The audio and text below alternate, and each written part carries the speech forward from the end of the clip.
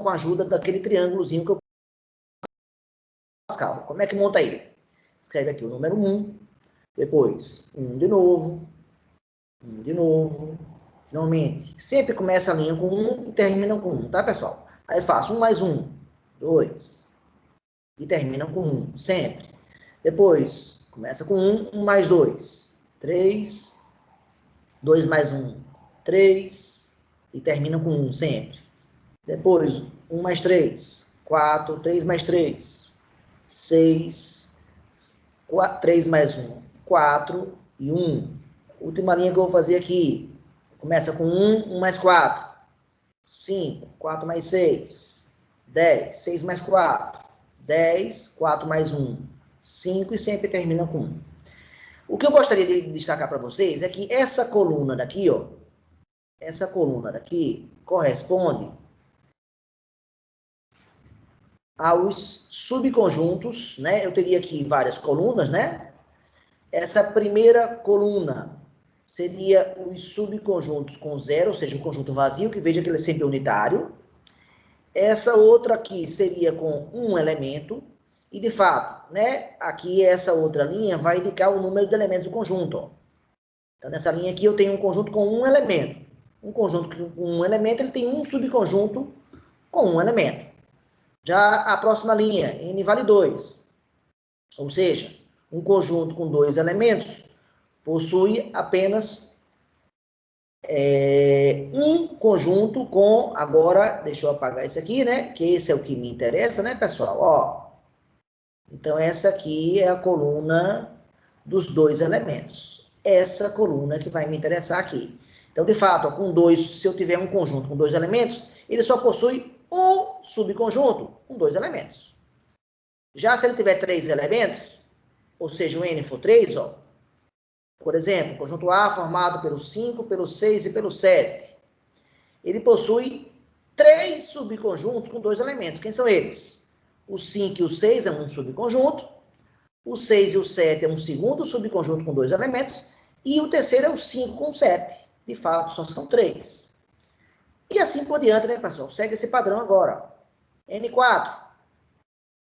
Então, nós teremos 6. Como é que chegamos nesse 6 aqui? Eu vou botar aqui um quarto elemento, ó, para vocês visualizarem esse 6. Um conjunto com 5, 6, 7, 8. São 4 elementos, né? Número de elementos do conjunto A vale 4. Então, os subconjuntos, né? Quando eu for fazer as partes de A, todos os subconjuntos aqui, eu vou listar os de 0, os de 1 e os de 2. Quais são? Um subconjunto formado pelo 5 e pelo 6. Um outro formado pelo 5 e pelo 7. Um outro formado pelo 5 e pelo 8.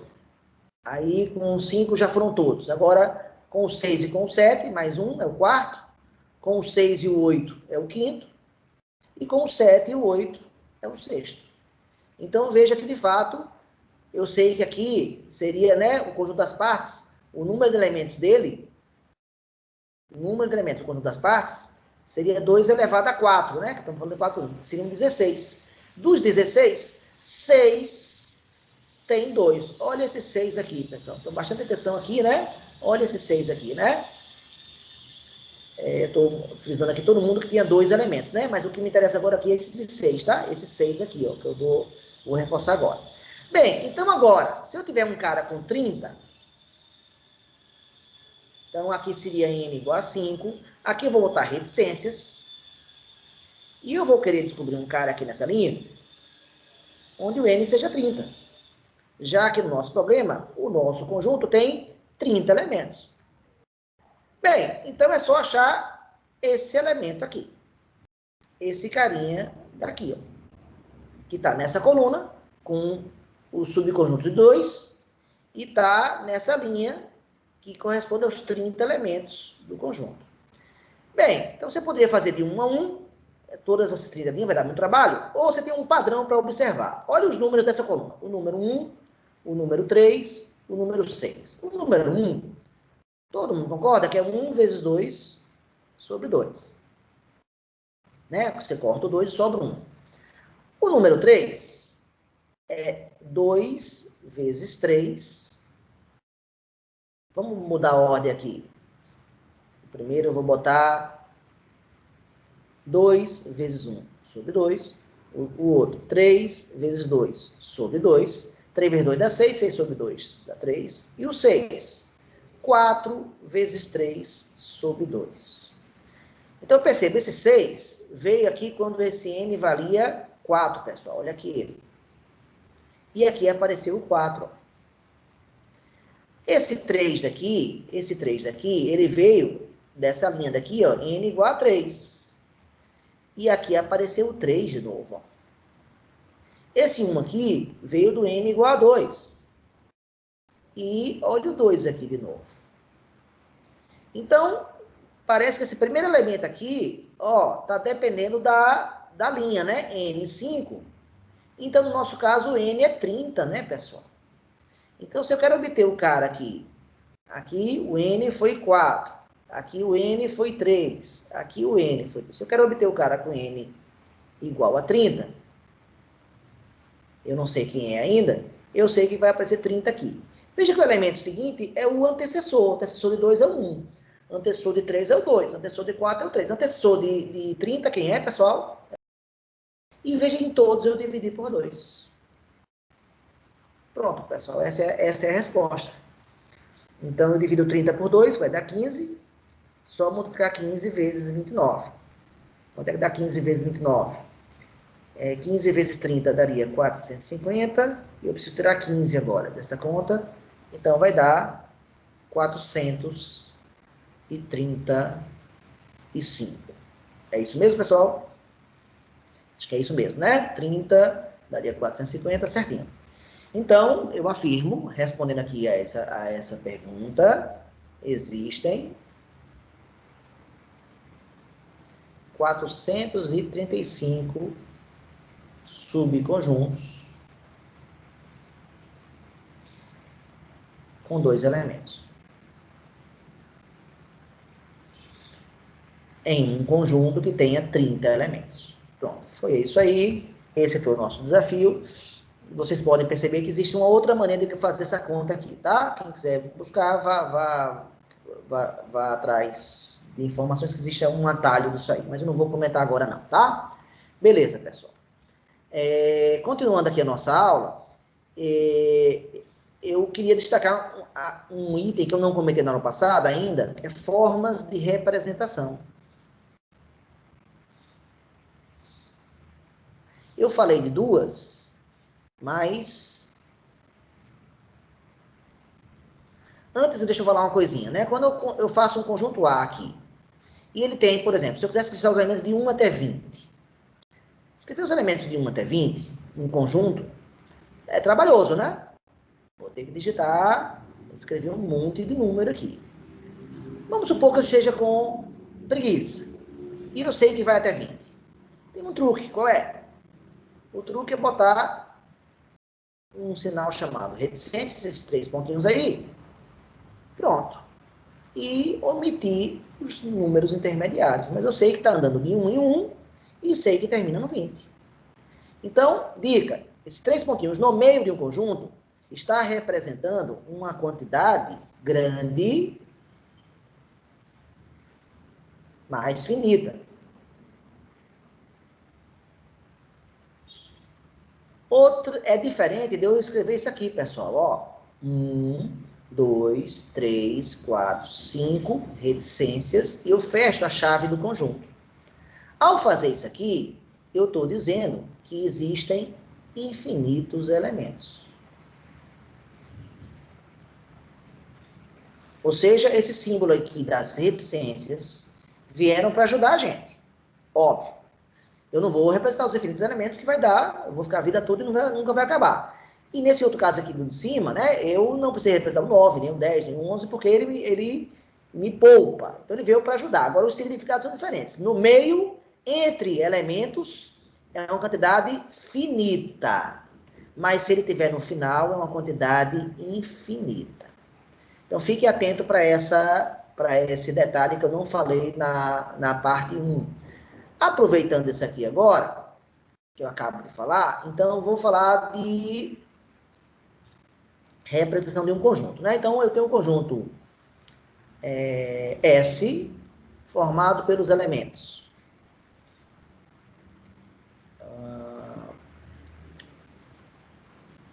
1, 3, 5, 7, 9, 11, até o 13. Pronto, um conjunto finito com 7 elementos, né? O número de elementos do conjunto S, que eu acabo de criar, é 7. Bem, quais seriam as duas outras formas de representação, além dessa? Você pode representar o mesmo conjunto de outras maneiras. A outra forma é representar através do diagrama de Venn, que eu falei na aula passada. Então, como é que eu representaria? Eu botaria um balãozinho, uma forma geométrica fechada, e colocaria nele os elementos.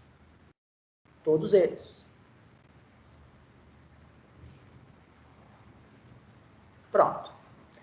Teria uma terceira representação que seria falar a propriedade que esses elementos têm. Se é que você, às vezes, consegue dizer. Às vezes, você vai ter números aleatórios que não têm propriedade nenhuma. Mas, se você conseguir... Então, esse conjunto aqui pode ser o seguinte, ó. O que eu percebo como propriedade de todos esses números é que são números ímpares, né, pessoal? São números ímpares. Mas não tem os números ímpares 15, 17, 19, 21, né? O conjunto dos ímpares, ele é infinito. Então, a propriedade, eu poderia usar... Então, usando a propriedade. Usando a propriedade, eu vou representar de duas maneiras. Atenção. Falando da propriedade, eu vou falar de duas maneiras. A primeira maneira seria usando o português. Aí, qual é a propriedade envolvida aqui? A propriedade são os ímpares menores que 14. Todos esses números aqui são ímpares menores que 14. E só tem esse, não tem como ter erro, são esses 7 elementos aí. Agora eu posso usar, atenção, a nossa língua que estamos aprendendo agora, muito mais ferramentas, que se chama o matematiquês. Como representaria esse conjunto S? Esse conjunto S seria um conjunto entre chaves. Aí eu escrevo. São todos os números genéricos x, pertencentes ao conjunto dos números naturais. Nós vamos comentar mais adiante o que são os naturais, mas eu acho que a maioria de vocês já tem noção do que sejam os naturais. São os números os primeiros números que nós aprendemos, tal que essa barrinha invertida aqui, tal que o x, ele é igual a 2 vezes um número k mais 1.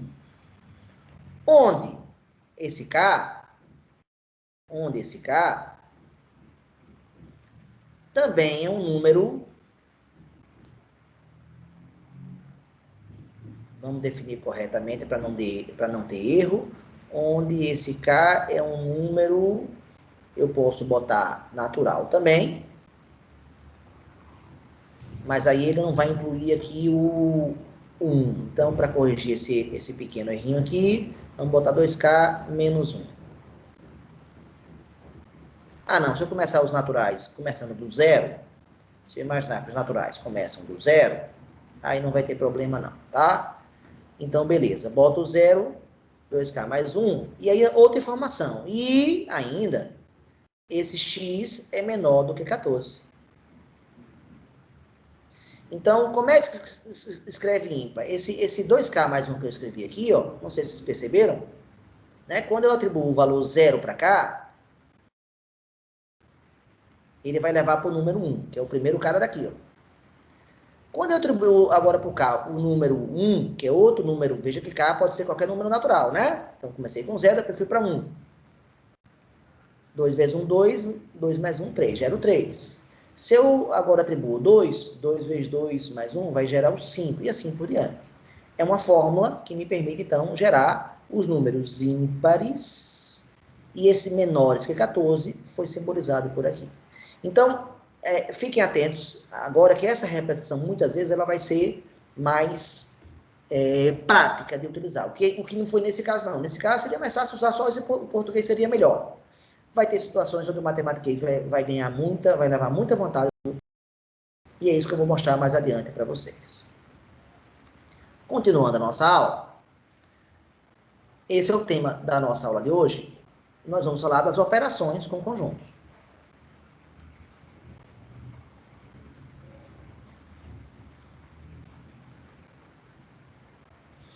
Operações com conjuntos. E são 3 as operações. Quais são elas? Operação de união, cujo símbolo usado é uma letra U. A operação de interseção,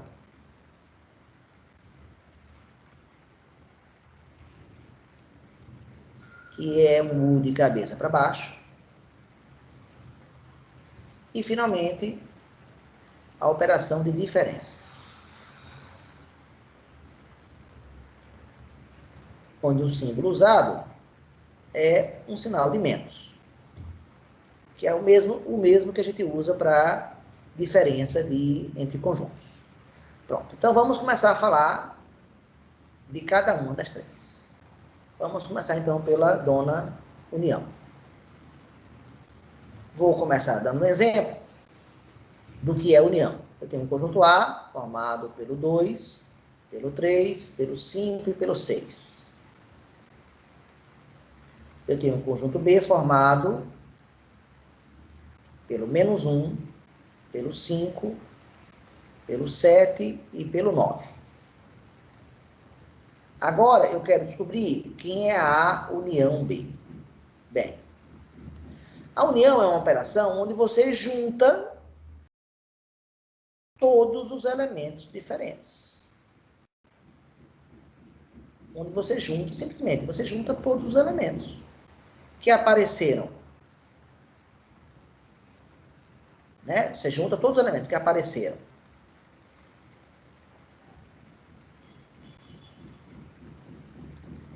Que apareceram no primeiro conjunto ou no segundo conjunto. Então, o que é que eu quero dizer com isso aí? Vou fazer essa interseção aqui agora. Desculpa, essa união aqui agora. Então, como é que faz? Vou ver todos que apareceram no primeiro. Quem apareceu no primeiro? O 2, o 3, o 5 e o 6. O primeiro aqui é o nosso primeiro aqui é o nosso conjunto A, né? Ele é o primeiro. Listei todos. Agora eu vou listar os que apareceram no segundo. E quem são eles? O -1, o 7 e o 9. Pronto. Então, enquanto o número de elementos do conjunto A era 4, o número de elementos do conjunto B também foi 4, o número de elementos da união foi 7. Por muito pouco, a união não deu 8, né? E se desse 8, a gente podia pensar que união teria muito a ver com a adição. Porque 4 mais 4 dá 8. Pessoal, por que não deu 8 essa união? Aí alguém vai falar, pessoal, mas se você tivesse repetido aqui o 5 aqui também, não teria dado 8? Teria. Só que a gente comentou com vocês antes que a repetição de elementos não adiciona novos elementos. O 5 está repetido. Então, eu não preciso colocá-lo. Eu não devo colocá-lo, né? Mas é como se fosse uma adição, sim. A união tem essa ideia de adição, mas aí você tem que retirar dessa adição aqueles que foram contados 2 vezes, que seria aí o caso do 5, tá? Então, essa é a ideia da união. E uma palavrinha muito importante aqui dessa definição é essa aqui, ó. No primeiro ou no segundo. Esse ou, fique bem claro, que tem a ideia de que pode aparecer no primeiro ou no segundo. Cuidado, que existe 2 tipos de ou, né? Atenção aqui que eu vou falar. Existe o ou chamado inclusivo e existe o ou chamado exclusivo. O ou exclusivo, ele exclui. É quando eu digo assim, por exemplo, né? Ou você... Quando eu chego com uma pessoa e falo isso, eu estou querendo excluir um dos dois. Ou sou eu, ou é você. Não dá para ser os dois ao mesmo tempo. Não é o nosso caso aqui. Esse nosso caso aqui é o ou inclusivo. Que eu digo assim, né? Ganha um jogo, sei lá, vou inventar aqui. O Corinthians vai ser campeão se ganhar a próxima partida ou se o adversário que está em segundo lugar perder. Esse ou aí está dizendo que pode ser uma coisa e a outra pode acontecer ao mesmo tempo, mas basta que aconteça uma delas. Tá? Basta que, no caso aqui da união, basta que ele pertença ou ao primeiro ou ao segundo. Se ele pertencer aos dois, como é o caso do 5, ele vai estar na união também. Mas não precisa, né? A exigência aqui, basta que esteja em um deles. Bem, seria essa a ideia da união. Vamos para a segunda operação agora. Interseção.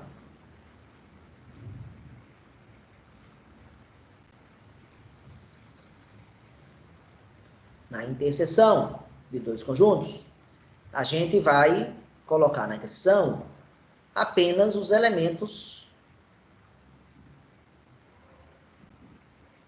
comuns. Ou seja, os elementos que pertencem ao primeiro conjunto e, ao mesmo tempo, ao segundo conjunto. Enquanto lá eu usei o conectivo ou, aqui eu estou usando o conectivo e. Vamos dar um exemplo. Conjunto A formado pelo 6, 7, 8 e 10. O conjunto B formado pelo menos 3, pelo 6, pelo 9, pelo 10 e pelo 13.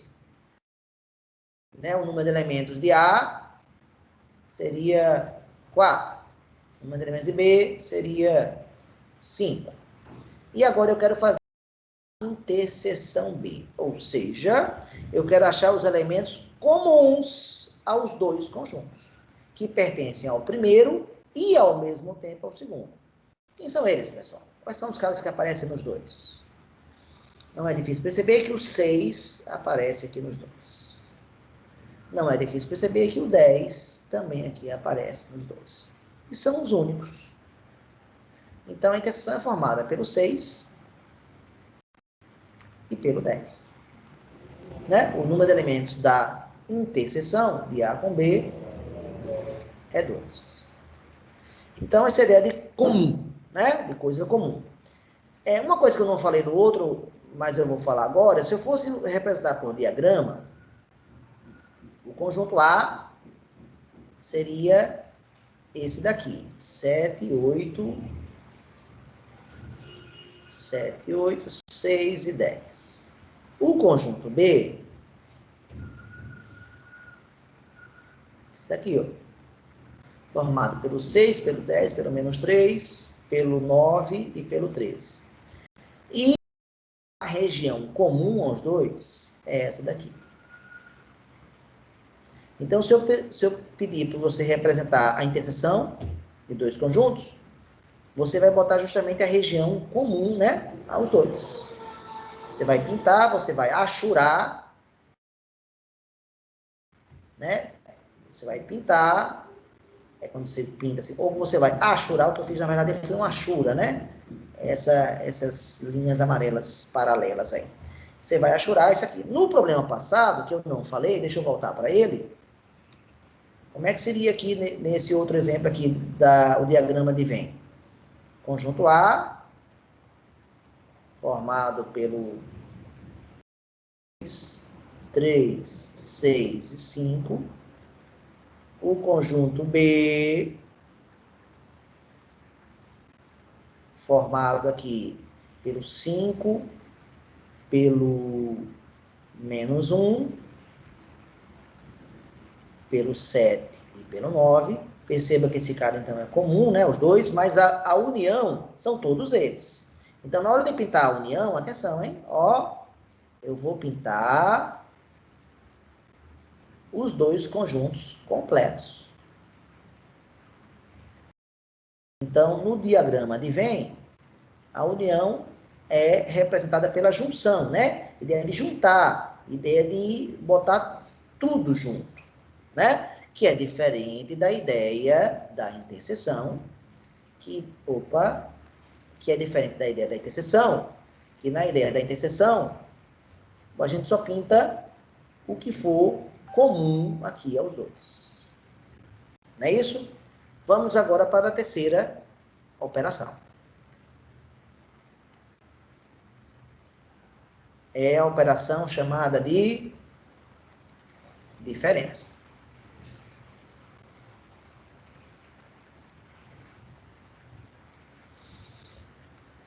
Então, na diferença, você vai colocar,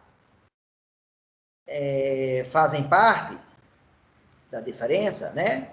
Fazem parte os elementos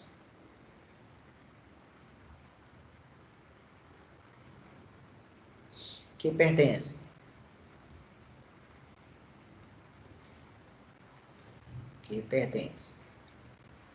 ao primeiro conjunto.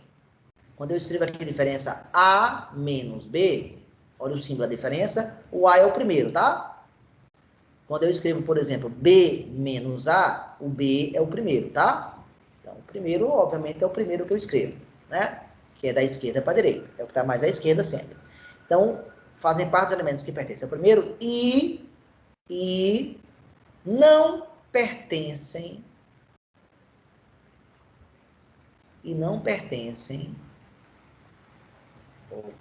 aqui ao segundo. Então, vamos dar um exemplo para a gente entender melhor. Tem o conjunto A formado pelo 5, pelo 6, pelo 7, pelo 8. O conjunto B é formado pelo menos 2, pelo 6, pelo 7. Pronto. Aqui, o número de elementos do conjunto A, todo mundo está percebendo aí que é 4, né? Número de elementos do conjunto B, aí é 3. E agora eu quero descobrir quem é A menos B. Então, minha pergunta é, quais são os elementos que pertencem ao A, mas não pertencem ao B? Os que pertencem ao A são esses 4, mas que não pertencem ao B, o 5 não pertence ao B. O 8 também não pertence ao B. O 6 e o 7 pertencem. Então, a diferença é formada só pelo 5 e pelo 8. Ou seja, o número de elementos da diferença, nesse caso, é 2. Cuidado que se eu agora mudasse a ordem dos conjuntos e fizesse B menos A, o primeiro agora passa a ser o B. Então, os elementos que eu vou colocar agora nesse conjunto aqui, B menos A, são os elementos que pertencem a B e, ao mesmo tempo, não pertencem ao A. E, no caso, o menos 2 é o único cara que pertence ao B, mas não pertence ao 6 e o 7 não servem. Consequentemente, o meu conjunto aqui vai ser formado apenas pelo menos 2. Então, o número de elementos de B menos A, aqui, é 1, só tem um elemento. Bem, então, isso deixa bem claro que a operação de diferença não é comutativa, né?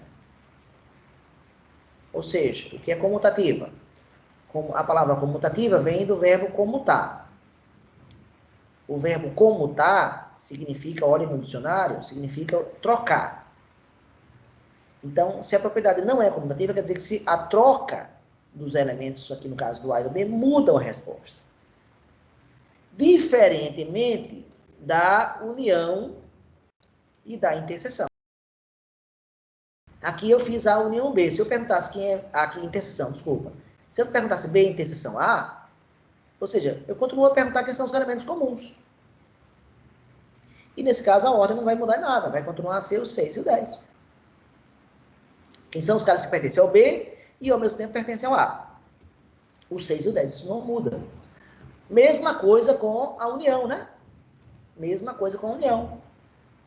Se nesse problema eu perguntasse quem é agora o A união B, já fiz. E se eu perguntar quem é B união A?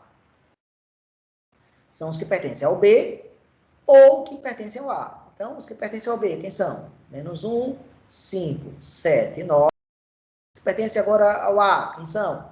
Que eu não escrevi ainda. O 2, o 3 e o 6. Percebam que esses dois conjuntos são... Esses dois conjuntos aqui, atenção, esses dois conjuntos aqui são iguais. Ou seja, A união B é igual a B união A. Voltando para a interseção. O que é que eu estou afirmando? Que A interseção B é igual a B interseção A. Mas, na operação de diferença, atenção, está bem claro agora aqui que A menos B é diferente de B menos A. Então, das três operações, apenas a diferença não é comutativa. As demais são comutativas. Então, vamos dar um exemplo agora que envolvam todas as operações. Conjunto P, formado pelo 7, pelo 11, pelo 5 e pelo 2. O conjunto Q, formado pelo 0, pelo menos 1, pelo 5 e pelo 8. E o conjunto... Não, vou botar só dois conjuntos. A gente fazer todas as operações com eles primeiro. Quem são eles? Vamos lá. União primeiro. P, união Q. Quem são? O 7, o 11, o 5, o 2, o 0, o menos 1 e o 8. Quem seria agora a interseção de P com Q? Quem são os elementos comuns que estão nos dois? No caso agora, apenas o 5, né, pessoal? Só o 5 está nos dois. Agora, quem seria P menos Q? Ou seja, quem são os elementos que pertencem ao P, mas não pertencem ao Q? Quem são eles? São o 7, pertence a P e não pertence a Q. O 11, mesma coisa. E o 2, mesma coisa, pertence ao P e não pertence ao Q. O 5 não serve por quê?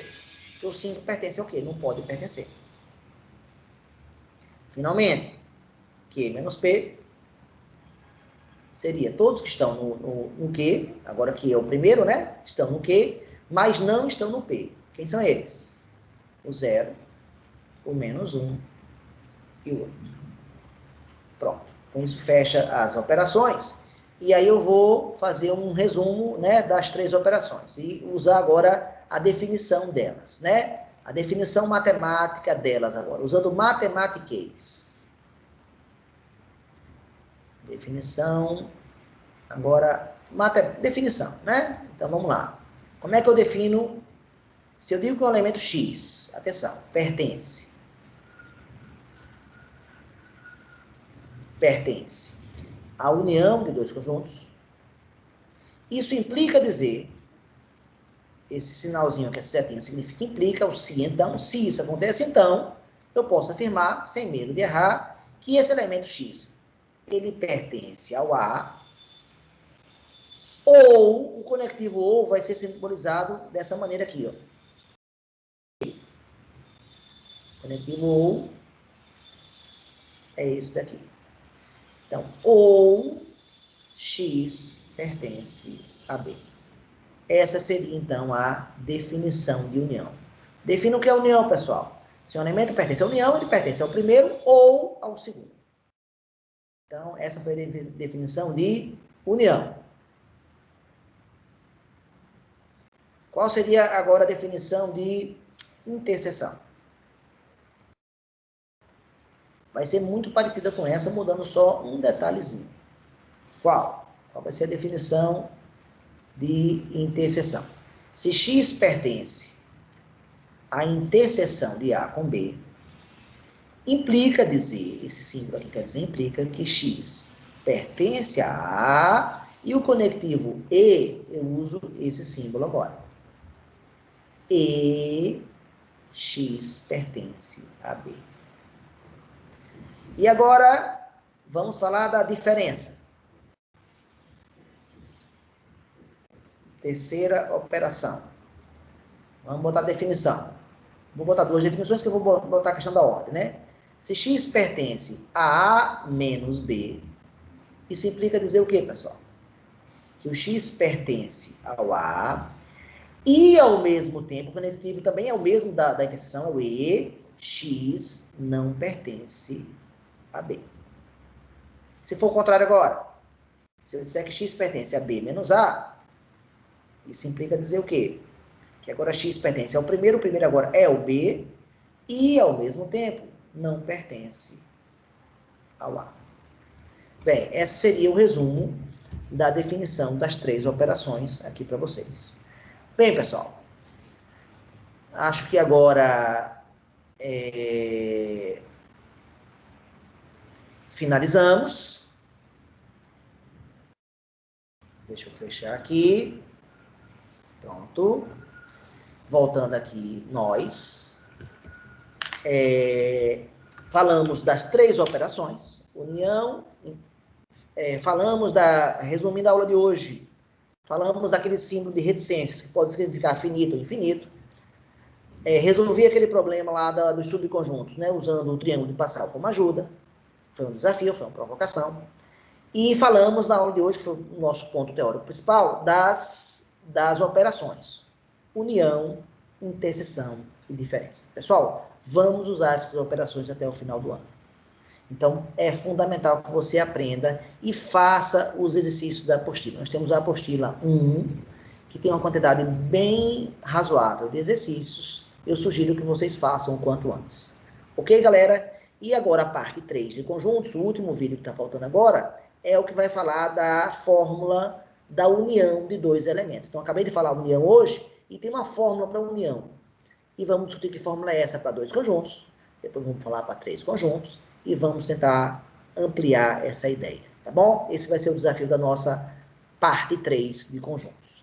Valeu, galera, e até breve.